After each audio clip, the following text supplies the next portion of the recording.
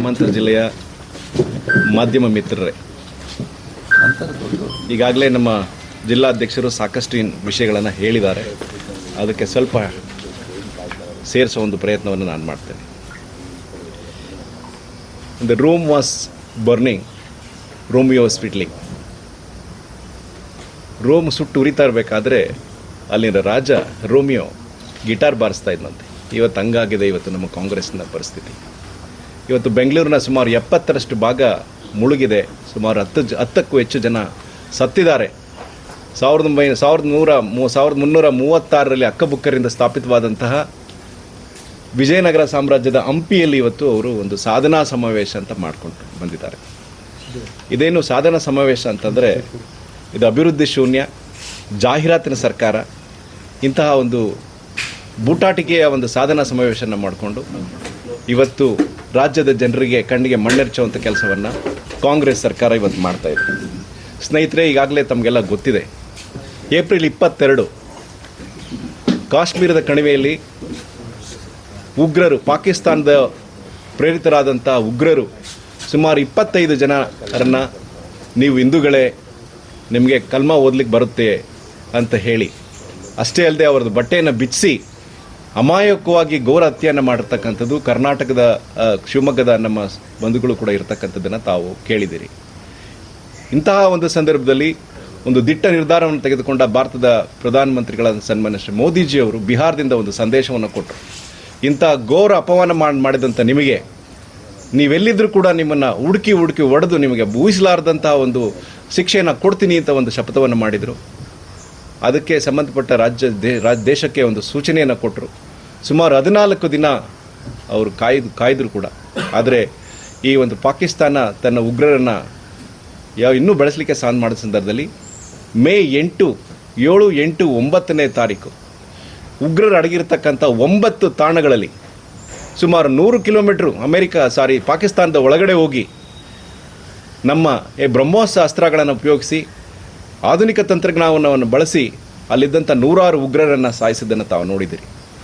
ಅದೇ ಅಲ್ಲದೆ ನಮ್ಮ ಭಾರತೀಯರ ಅಸ್ಮಿತೆ, ನಮ್ಮ ಭಾರತೀಯರಿಗೆ ಅತ್ಯಂತ ಯಾವ ಹೆಣ್ಣುಮಕ್ಕಳ ಸಿಂಧೂರವನ್ನು ಕೆಡಿಸಿದ್ರೋ, ನಮ್ಮ ಒಂದು ಸಾಕ್ಷಿ ಪ್ರಜ್ಞೆ ಆಗಿತ್ತೋ, ಅದೇ ಒಂದು ಆಪರೇಷನ್ ಸಿಂಧೂರದ ಮೂಲಕ ಇಡೀ ದೇಶಕ್ಕೆ ಮತ್ತು ಇಡೀ ಒಂದು ರಾಷ್ಟ್ರಕ್ಕೆ ಪ್ರತಿಯೊಂದು ಹೆಣ್ಮಕ್ಕಳ ಪರವಾಗಿ ನಾನು ಇದ್ದೀನಿ ಅಂತ ಹೇಳಿ ಒಂದು ಹೆಸರನ್ನು ಕೊಟ್ಟಂಥವರು ಮೋದಿಜಿಯವರು. ಇವತ್ತು ಕಾಂಗ್ರೆಸ್ನವ್ರು ಏನು ಮಾಡ್ತಿದ್ದಾರೆ? ಇನ್ನೊಂದು ಮಾತನ್ನು ಹೇಳಬೇಕು. 2011ರಲ್ಲಿ ಕಸಬ್ ಮತ್ತು ಸಂಗಡಿಗರು ಬಾಂಬೆನಲ್ಲಿ 168 ಜನರನ್ನು ಕೊಂದಂಥದ್ದನ್ನು ನಾವೆಲ್ಲ ಕಣ್ಣಾರೆ ಟಿವಿಗಳಲ್ಲಿ ನೋಡಿದ್ದೇವೆ. ಅಂತಹ ಕಸಬ್ನಿಗೆ ಪಾಕಿಸ್ತಾನದಲ್ಲಿ ಟ್ರೈನಿಂಗ್ ಕೊಟ್ಟಂಥ ಒಂದು ಸೆಂಟರ್ನು ಕೂಡ ಅವರು ಹೊಡೆದಾಕಿದ್ದನ್ನು ತಾವೆಲ್ಲ ನೋಡಿದ್ದೀರಿ. ಅದು ಒಂದು ದಿಟ್ಟ ಒಂದು ನಾಯಕತ್ವ, ಮೋದಿಜಿಯವರ ನಾಯಕತ್ವದಿಂದ ಮಾತ್ರ ಸಾಧ್ಯ ಅಂತ ಹೇಳ್ತೀವಿ. 10ನೇ ತಾರೀಕು ಅಲ್ಲಿಂದ ಒಂದು ಡೈರೆಕ್ಟರ್ ಜನರಲ್ ಆಫ್ ದಿಸ್ ಆರ್ಮಿಯಿಂದ ಒಂದು ಫೋನ್ ಬರುತ್ತೆ. ಮೊದಲನೇ ಫೋನ್ನ ನಮ್ಮ ಫೋನ್ ತೆಗೆಯೋದಿಲ್ಲ. 2ನೇ ಫೋನ್ ಬಂದಾಗ ಅವರು ಮಂಡಿಯವರು ಕೇಳ್ತಾರೆ, ದಯವಿಟ್ಟು ನಿಮ್ಮ ಯುದ್ಧವನ್ನು ನಿಲ್ಲಿಸಿ ಅನ್ನೋ ಒಂದು ಮಾತನ್ನು ಅಲ್ಲಿರ್ತಕ್ಕಂಥ ಡೈರೆಕ್ಟರ್ ಜನರಲ್ ಆಫ್ ಮಿಲಿಟರಿ ಅವರು ರಿಕ್ವೆಸ್ಟ್ ಮಾಡಿದ್ರ ಮೇರೆಗೆ ಅದನ್ನು ಕದನ ವಿರಾಮವನ್ನು ಮಾಡಿದ್ದಾರೆ ಹೊರತು ಅದನ್ನು ನಿಲ್ಲಿಸಿಲ್ಲ. ಎಲ್ಲಿನವರೆಗೂ ಕೊನೆಯ ಒಂದು ಉಗ್ರಗಾಮಿಗಳು ಕೊನೆಯವರೆಗೂ ಹಿಡಿಯೋವರೆಗೂ, ಅವರನ್ನು ಪತನ ಮಾಡೋವರೆಗೂ ಕೂಡ ನಮ್ಮ ಈ ಒಂದು ಹೋರಾಟ ಮುಂದುವರಿತದೆ ಅಂತ ನಮ್ಮ ಮಾನ್ಯ ಪ್ರಧಾನಮಂತ್ರಿಗಳು ಹೇಳಿದ್ದಾರೆ. ಆದರೆ ತಮ್ಮ ಇತ್ತೀಚಿನ ಒಂದು ಹೇಳಿಕೆಗಳನ್ನು ನೋಡಿದರೆ ಕರ್ನಾಟಕದಲ್ಲಿರ್ತಕ್ಕಂಥ ಕೆಲವು ಮಂತ್ರಿಗಳು, ಕೆಲವು ಶಾಸಕರು ಮೋದಿಜಿಯವರ ಬಗ್ಗೆ ಮತ್ತು ಸೇನಾ ವಿಭಾಗದ ಬಗ್ಗೆ ಹಗುರವಾಗಿ ಮಾತಾಡ್ತಕ್ಕಂಥ ಒಂದು ನೀಚ ಕೆಲಸವನ್ನು ಮಾಡ್ತಿರ್ತಕ್ಕಂಥದ್ದು, ಇದು ನೇರವಾಗಿ ನಮ್ಮ ಸೇನೆಯ ಒಂದು ಅಂಗಗಳಿಗೆ ಮಾಡ್ತಕ್ಕಂಥ ಅವಮಾನ. ಅದನ್ನು ನಾವೆಲ್ಲ ಒಂದು ವಿರೋಧಿಸಬೇಕು ಅಂತ ನಾನು ಹೇಳ್ತೀನಿ. ತಾವು ನೋಡಿದಿರಿ, ಮೊನ್ನೆ ಯಾರು ನಮ್ಮ ಕೋಲಾರದೊಬ್ಬರು ಶಾಸಕರು, ಕೆಲವು ಮಂತ್ರಿಗಳು ಭಾಳ ಹಗುರವಾಗಿ ಮಾತಾಡಿ ಮೋದಿಜಿಯವರಿಗೆ ಮತ್ತು ಈ ಸೇನಾ ತುಕಡಿಗಳಿಗೆ, ಸೇನಾ ಮುಖ್ಯಸ್ಥರಿಗೆ ಅವಮಾನ ಮಾಡಿರ್ತಕ್ಕಂಥದ್ದು.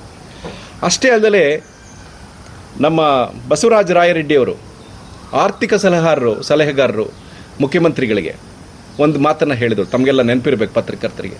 ಕಾಂಗ್ರೆಸ್ ಸರ್ಕಾರ ಒಂದು 60% ಸರ್ಕಾರ ಆಗ್ತಿದೆ, ಭ್ರಷ್ಟ ಸರ್ಕಾರ ಆಗ್ತಿದೆ ಅಂತ ಅವರೇ ಒಂದು ವಿಧಾನಸೌಧದಲ್ಲಿ ಕೂತ್ಕೊಂಡು ಹೇಳಿದ್ದಂಥದ್ದು. ಅದರ ಪೂರಕವಾಗಿ ತಮಗೆ ಗೊತ್ತಿದೆ, ಒಂದು 3,000 ಕೋಟಿ ಪ್ರಕರಣವನ್ನು ನಡೆದಂಥದ್ದು ಮೂಢ ಹಗರಣ. ಅದರಲ್ಲಿ ಮಾನ್ಯ ಮುಖ್ಯಮಂತ್ರಿಗಳು ಏನು ಹೇಳಿದರು, ನನಗೆ 62 ಕೋಟಿ ರೂಪಾಯಿ ಕೊಡಿ, ನಾನು ನಿಮ್ಗೆ 14 ಸೈಟನ್ನು ವಾಪಸ್ ಕೊಡ್ತೀನಿ ಅಂತ ಹೇಳಿದವರು. ಯಾವಾಗ ಕೋರ್ಟು ಮತ್ತು ಲೋಕಾಯುಕ್ತಗೆ ಎದುರ್ಕೊಂಡು ಅವ್ರು ಏನು ಮಾಡಿದರು, ನೇರವಾಗಿ ಅದನ್ನು ಸರ್ಕಾರಕ್ಕೆ ಬಿಟ್ಟುಕೊಟ್ಟದ್ದನ್ನು ತಾವೆಲ್ಲ ನೋಡಿದಿರಿ.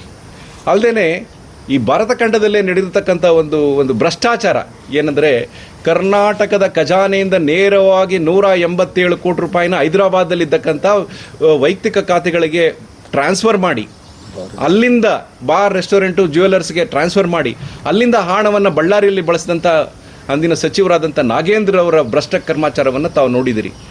ಅಷ್ಟೇ ಅಲ್ಲದೆ ಮಾನ್ಯ ಸಿದ್ದರಾಮಯ್ಯನವರು ಒಂದು ಮಾತನ್ನು ಹೇಳಿದರು ಶಾಸನಸಭೆಯಲ್ಲಿ ನಡೀತಕ್ಕ ಸಂದರ್ಭದಲ್ಲಿ. ಏನದು, ಇಲ್ಲ ಅದು 184 ಕೋಟಿ ಅಲ್ಲ, ಅದು 86 ಕೋಟಿ ಅಂತ. ಅಂದರೆ ಒಪ್ಕೊಂಡ್ರಲ್ಲ 86 ಕೋಟಿ. ಆ 86 ಕೋಟಿ ಇವತ್ತು ಎಲ್ಲಿದೆ ಅಂತ ಹೇಳಬೇಕಲ್ಲ ಜನರಿಗೆ. ನೀವು ಯಾಕೆ ಹೇಳ್ತಾ ಇಲ್ಲ ಇದನ್ನು ಅನ್ನೋ ಒಂದು ಮಾತನ್ನು ನಾವು ಕೇಳಲಿಕ್ಕೆ ಬಯಸ್ತೇವೆ. ಸೊ ಹಾಗೆ ಈಗ ಮತ್ತಿನ್ನೊಂದು ಹಗರಣ ತಾವು ನೋಡಿದಿರಿ.